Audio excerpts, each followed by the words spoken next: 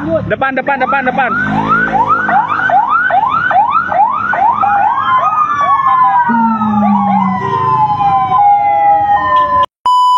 Nah, yang silakan lah mau ngapain, mau ngantem Prabowo, mau apa cara lain lah, jangan ini gitu.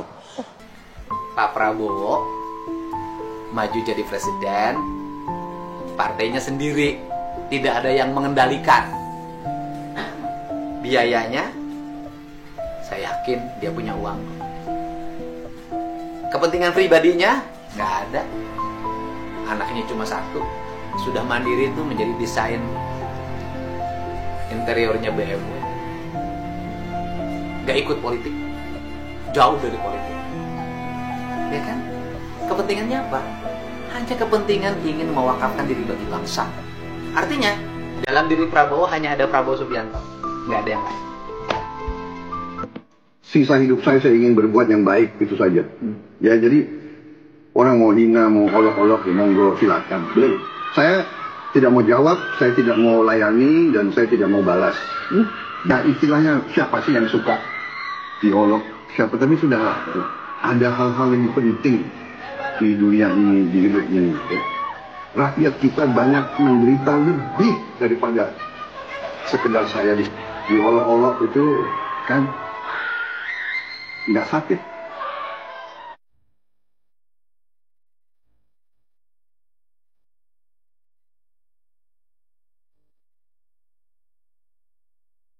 Nah, yang silakan lah mau ngapain, mau ngantem Prabowo, mau apa cara lain lah, jangan ini gitu.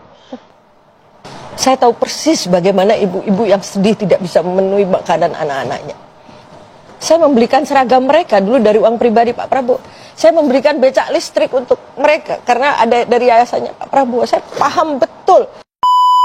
Ada yang menemukan fakta, memang ada orang-orang yang sengaja. Mengapa kemudian mereka mengorbankan anak-anak, begitu Bu?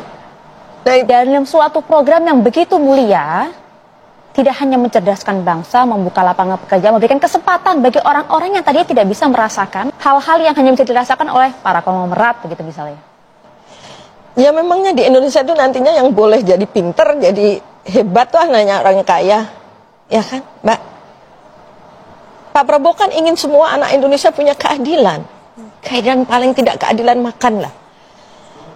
Bayangkan banyak anak-anak di daerah, anak-anak yang tidak mampu. Dia jarang loh sarapan pergi sekolah. Yang lebih ngenes lagi, makanya kadang-kadang terjadi makanan baru dimakan lebih pada siang hari karena makannya dibawa pulang. Itu banyak Bu. Saking pengen dibagi sama adiknya, dibagi sama ibunya, dibagi sama kakaknya, di rumah nggak ada gitu loh. Janganlah yang silakan lah mau ngapain, mau ngantem Prabowo, mau apa cara lain lah, jangan ini gitu. Biar sudah.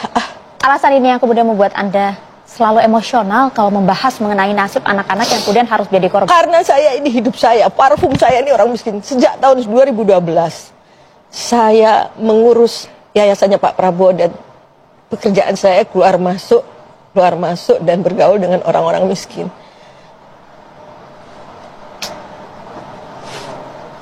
Saya tahu persis bagaimana ibu-ibu yang sedih tidak bisa memenuhi makanan anak-anaknya. Ya. Saya tahu. Karena hari-hari saya bersama mereka. Saya membelikan seragam mereka dulu dari uang pribadi Pak Prabowo. Saya memberikan becak listrik untuk mereka karena ada dari yayasannya Pak Prabowo. Saya paham betul. Sebelum saya di yayasan Pak Prabowo, dulu saya juga mempunyai yayasan sendiri. Saya pernah punya jaringan merah putih yang masak sehari 5.000 dulu mengasih makan anak-anak yatim piatu dan duafa. Dan alhamdulillah kira-kira 12 tahun saya di situ tidak pernah ada case apa-apa gitu. Dari dapur saya dulu ada 5.000, kami setiap hari mengasihkan. Ada teman kita di TV One yang pernah tahu apa yang saya lakukan. Ya. Nah, kasus keracunan massal program makan bergizi gratis atau MBG kembali jadi sorotan nasional. Ribuan siswa di berbagai daerah dilaporkan jatuh sakit setelah mengonsumsi makanan dari program ini. Sejak awal peluncuran MBG pada 2025, sudah ribuan anak di berbagai provinsi menjadi korban dugaan keracunan. Data terbaru dari Jaringan Pemantau Pendidikan Indonesia mencatat lebih dari 6.400 kasus tersebar di 16 provinsi. Kasus paling menonjol terjadi di Bandung Barat dengan lebih dari 1.300 orang terdampak hanya dalam satu kejadian. Dari hasil investigasi awal, sejumlah faktor diduga menjadi penyebab, mulai dari bahan makanan yang terkontaminasi, proses memasak yang tidak sesuai standar, distribusi yang terlambat, hingga sanitasi dapur yang lemah.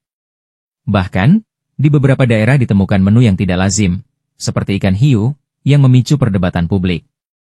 Laboratorium menemukan adanya bakteri pada sampel makanan yang dikonsumsi siswa di Bandung Barat. Ini memperkuat dugaan bahwa sistem keamanan pangan MBG masih rapuh dan membutuhkan perbaikan menyeluruh.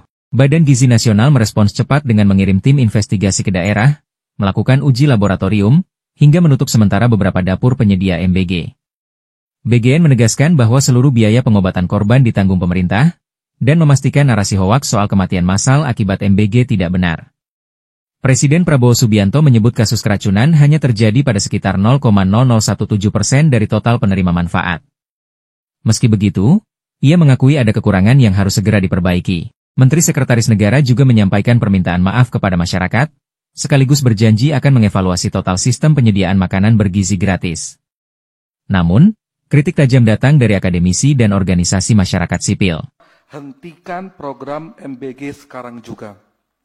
Ini bukan kesalahan teknis tadi sudah disampaikan, tapi kesalahan sistem di BGN. Karena kejadiannya menyebar di beberapa daerah. Satu itu, hentikan program MBG sekarang juga.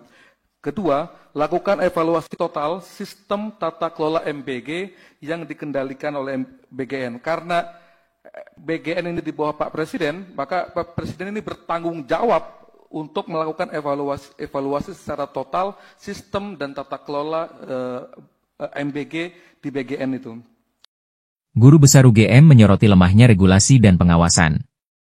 Sementara CISDI menilai standar keamanan pangan internasional seperti HACCP belum diterapkan secara konsisten. Banyak pihak mendesak agar MBG dihentikan sementara sampai sistemnya benar-benar siap. Kasus keracunan MBG bukan sekadar soal kelalaian dapur penyedia, tapi juga cermin dari lemahnya pengawasan sistemik. Program yang seharusnya menyehatkan, justru berulang kali menimbulkan keresahan. Pemerintah dituntut untuk memastikan setiap anak Indonesia mendapatkan makanan yang benar-benar aman, bergizi, dan berkualitas. Publik ini menunggu langkah nyata, apakah program MBG akan direformasi total, atau hanya diberi tambalan sementara. Bagaimana menurut Anda? Apakah program makan bergizi gratis ini sebaiknya dihentikan sementara untuk evaluasi, atau tetap berjalan dengan pengawasan ketat? Tulis pendapat Anda di kolom komentar.